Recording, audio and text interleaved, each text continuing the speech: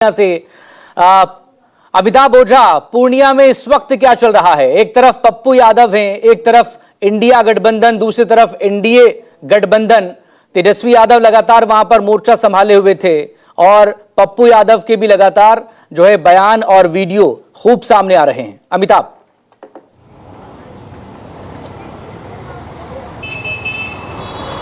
जी बिल्कुल, देखिए पूर्णिया में जो है मतदाताओं ने सुबह से जो अपनी उपस्थिति दिखाई है, कहीं न कहीं पहले फेज में जहां बिहार में सबसे कम मतदान हुआ था, वहीं आज जो स्थिति है अभी तक वो ठीक है। अभी 2 घंटे का मतदान बाकी है और करीब 47.8% मतदान यहाँ पे हो चुका है और सबसे ज़्यादा जो मतदान हुआ है पूर्णिया में हुआ है।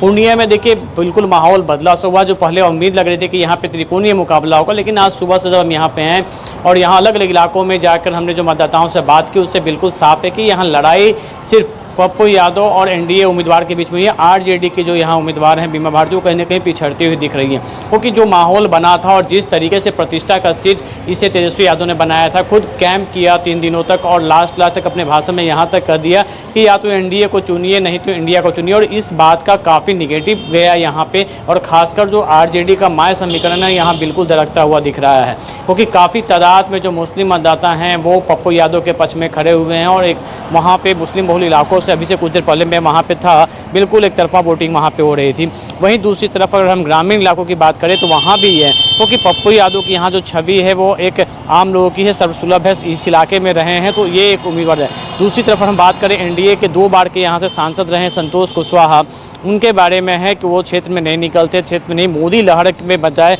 के नाम पर अगर वो निकल जाते हैं तो एक बड़ी बात होती है। और उनके समर्थन में यहाँ जहाँ मुख्यमंत्री नीतीश कुमार ने भी पूर्णिया में रोड शो किया, कैंपेनिंग किया, वहीं दूसरी तरफ प्रधानमंत्री नरेंद्र मोदी की भी यहाँ पे सभा हुई थी, उससे पहले अमित शाह की भी यहाँ सभा हुई थी। तो एक माहौल बनाने की कोशिश निश्चित तौर पर हुई थी और कहीं न कहीं जो यहाँ पे 2 बार के जो सांसद रहे हैं वो हैट्रिक इस बार बनाने की सोच रहे हैं, क्योंकि उन्हें उम्मीद है कि मोदी नाम के नाम पर उनका बेड़िया इस बार भी बेड़ा पार हो जाएगा। लेकिन दूसरी तरफ अगर हम बीमा भारती की बात करें तो जिस तरीके से माहौल बनाया गया और लास्ट समय में बीमा भारती को उम्मीदवार यहाँ बनाया गया, तो उससे लेके कहीं ना कहीं आरजेडी के अंदर भी जो यहाँ पे जो बात करें तो उसमें भी कई लोग पार्टी छोड़ के पप्पू यादव के साथ हो गए हैं। बीमा भारती, अमिताभ आप बने रहिए हमारे साथ, लगातार आपसे बात करते रहेंगे। मेरे सहयोगी अमिताभ ने ही पप्पू यादव से बात की है, जो कि पूर्णिया से निर्दलीय उम्मीदवार हैं। सुनाते हैं आपको।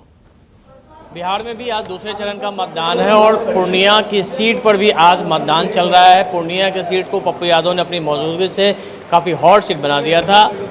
आज मतदान का दिन है, लगातार एक अलग पहचान रहा पूरे चुनाव प्रक्रिया में, एक अलग पहचान रही पूर्णिया सीट की। आज मतदान हो रहा है, क्या फीडबैक है? सर मुझे एक बात समझ में आती है,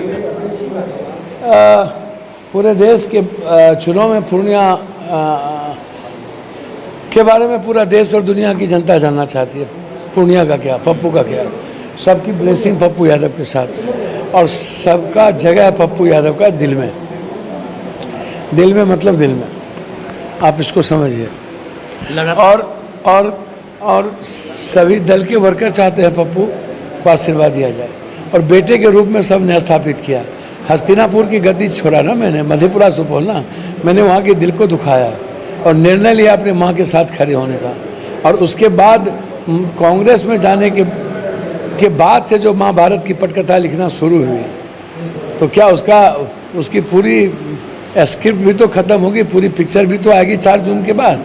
एक पॉलिटिकल इतिहास भी तो यहाँ से शुरुआत होगा। जाति धर्म मजहब सारी बंधनें खत्म हो जाना, एक राजनीति खत्म हो जाना, आप उसको देखिए ना। सभी तरह की नफरत की राजनीति खत्म हो जाना, आप उसको देखिए। तो देखिए आज वोटिंग चल रही है, सुबह से वोटिंग हो रही है, क्या फीडबैक आ रहा है आपके पास? क्योंकि आप तो बड़ा निश्चिंत होकर बैठ के। मैं कोई फीडबैक नहीं है, मैं इतना जानता हूँ सारी माएँ दुआएं की हैं, छठ से लेके हर चीज़, और पूरा आशीर्वाद सड़कों पर है। फीडबैक आप जाके लीजिए। यदि आपको 80% लोग पप्पू बेटा बेटा बेटा बेटा ना करे तो फिर आप हमको आगे बोलो। चलिए, तो हमारे साथ है पप्पू यादव। देखिए एक तरफ जहां पूरे मतदान चल रहा है और दूसरी तरफ यहां पर आप देखिए कि आराम से पप्पू यादव अपने दफ्तर में बैठे हैं, रिलैक्स हैं और आश्वस्त हैं कि इस बार जीत उनकी ही होनी है। कैमरामैन सनी के साथ अमिताभ ओझा, पूर्णिया न्यूज़ 24। तो 13 राज्य 88 लोकसभा की सीटें, मध्य प्रदेश से लेकर उत्तर प्रदेश, रवि, और जम्मू कश्मीर में भी आज वोटिंग देखने को मिल रही है। असम, पश्चिम बंगाल एक बार फिर से 60% से ज्यादा वोटिंग के आंकड़े निकलकर सामने आए दोपहर 3 बजे तक के। नॉर्थ ईस्ट में हमने हमेशा देखा है कि वोटिंग परसेंटेज अच्छा होता है, लेकिन पहले चरण में जिस तरह से वोटिंग परसेंटेज में गिरावट आई थी, क्या सेकंड फेज में भी आंकड़ा रहता है और ये किसके पक्ष में जाता है?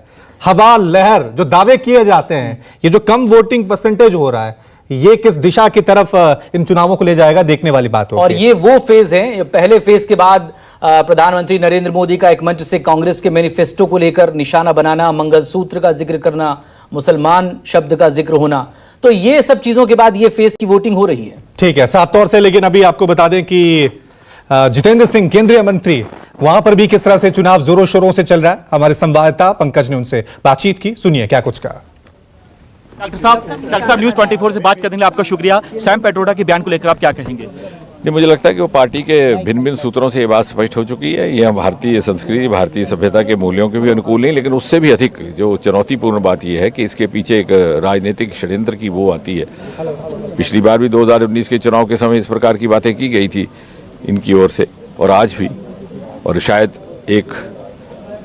और इससे स्पष्ट है कि एक वर्ग विशेष को रिझाने के लिए जो तुष्टीकरण की राजनीति का पालन करते हुए इस प्रकार की बयानबाजी की जा रही है, क्योंकि जब वो देख रहे हैं कि वो हार का सामना कर रहे हैं, तो ये पोलराइजेशन करने के लिए एक और षड्यंत्र रचा गया है, एक वर्ग विशेष को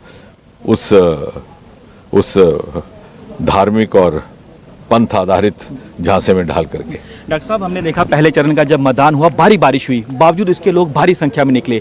क्या लग रहा है कि हैट्रिक लगेगी आपकी? इस बार जो मतदान हो रहा है ये केवल राजनीतिक मतदान ही है, मोदी जी के प्रति श्रद्धा है और स्नेह है। विशेषकर जिस प्रकार के लोक हित की उनकी योजनाएं घर घर पहुंची, उदाहरण के तौर पर अगर गैस के सिलेंडर दिए गए, अगर पक्के मकान बनाए गए, अगर टॉयलेट रखे गए बहनों के लिए, तो ये नहीं पूछा गया कि घर हिंदू का, मुसलमान का, कि ब्राह्मण का, कि ठाकुर का है। ये भी नहीं पूछा गया कि वोट ये घर किसको देता है।